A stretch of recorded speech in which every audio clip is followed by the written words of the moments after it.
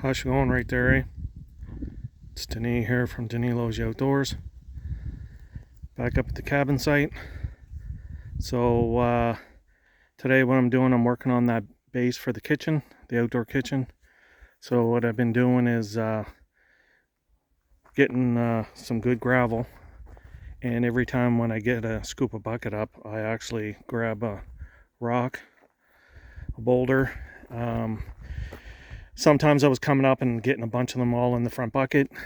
So now I still need some gravel. So I'll show you what I'm doing. I'm building a retaining wall to hold the base for that kitchen. So it was kind of a crappy day actually. Come up here. I was up here yesterday, but I blew a hydraulic line on my the backhoe here. Actually, I broke it from doing something like this. Actually, I had a big rock and I had it jammed in there, and I was dragging it, and it got caught and ruined one of my hydraulic lines. So, anyhow, that's my bad. So, anyhow, so now what I'm doing is I'll show you here in a sec. Like I said, came up today just to put the hydraulic line on.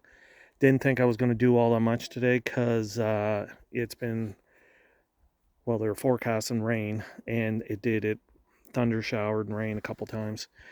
And instead of backing the dump trailer up in here at this gravel pit and slipping and sliding, I've been just kind of driving it out with the front bucket. So what I did is while I was here during the rain, storms, in between the storms, so I dug up some of that good material and just casted it a couple piles so that next time when I come up, I'll just back the dump trailer right up here and load the trailer, and it'll be a lot quicker.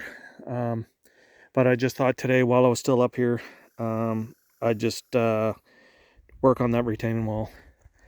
And so what I'll do is I'll just drive down and show you what I'm up to. All right, here, stand by. Okay, there I'm back. So I just dumped a load of sand, gravel. I have the rock still on the back, so usually what I'll do is I'll dump the front load, turn around, and then use the little thumb, and I'll place the rocks where I want them. And like I mentioned before, when I was working on the retaining wall over there for the cabin, over on the other side of the truck, usually what you do is you lay a row of rocks down, then you fill the whole back end level and get yourself a little bit of a base for the next rock.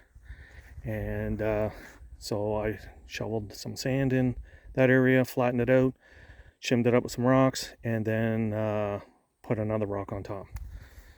So it kind of makes it look like it's a full retaining wall, but everything is set back. Try to get a good view of this. Everything's still kind of muddy and messed up. Yeah, so that's turning out not too bad. So this is where that kitchen is going to go. It's about 10 by 12 feet. Try not to jump around too much here. So I'll just keep filling this back end up to get it level to the bedrock over here underneath this log. So it's greasy right in here. Yeah, so the bedrock, I hammered that last fall. So I'm going to have that elevation all the way right here to this kitchen, same level. I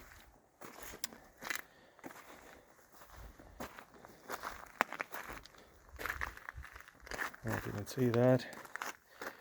Eventually, all of this here is going to be filled in. That's why I'm stockpiling that gravel. And once I get a nice dry day, I'll use the dump trailer and just keep bringing this in here and feather that right to that mound right here. So this on this end here will be the future timber frame kitchen, possibly in a few years. But the log cabin is going to be right in here. That's going to be the front of the log cabin, right by that tire. So it'll go 18 and a half feet that way, and about 13 and a half feet this way on this end. right here where that other X is. Like I mentioned before, so that's the retaining wall that I did last year, and it's terraced. There's a bigger retaining wall here. So the log cabin will be right here, and the roof's going to continue that way, and there'll be a deck off the loft. It's worked out pretty good. Yesterday I was up here and I got the raft in the water. So that was a bonus. Water's up in the lake right now because of the all the rain we've been having. Like I was saying, this is just a greasy mess right now.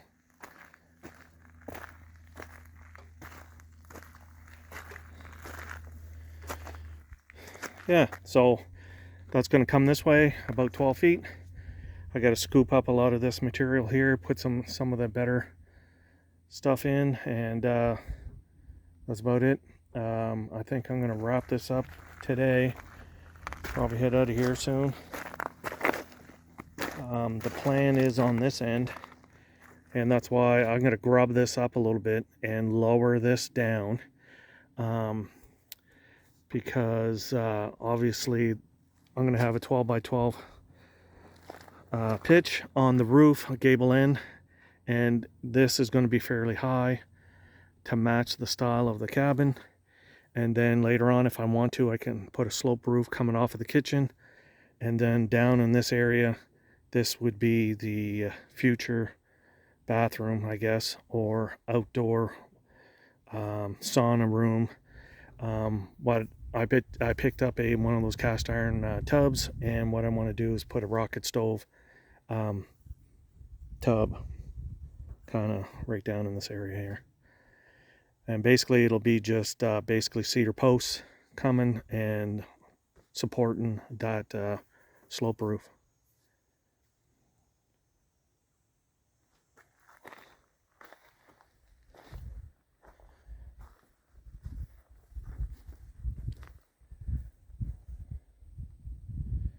Yeah, so I probably got to put another couple of feet of material inside of those rocks sandwiched in, and I do have my concrete mixer. I brought that up the other day also. So the plan is I'll run the concrete mixer, and I think what I'll do is I'm going to have, once I lay it out again, I'm going to have probably 4 or 6 concrete pads poured on top of that when that's all kind of set up, and then I got to put 2 or 3 in the center for that girder. I'm going to put a girder in the center of my floor joist.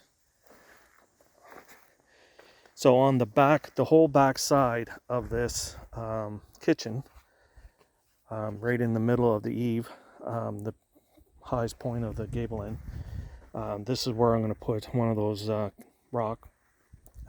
rocket stove barbecues. So this will be all stone, and part of it is going to be 1 to 2 feet on the outside of the cabin or the logs, and a foot or so on the inside. And then this will be brought up probably like waist high, and it'll be all rock mortared in, and that's what the plan is on the whole back end of this cabin, or this outdoor kitchen.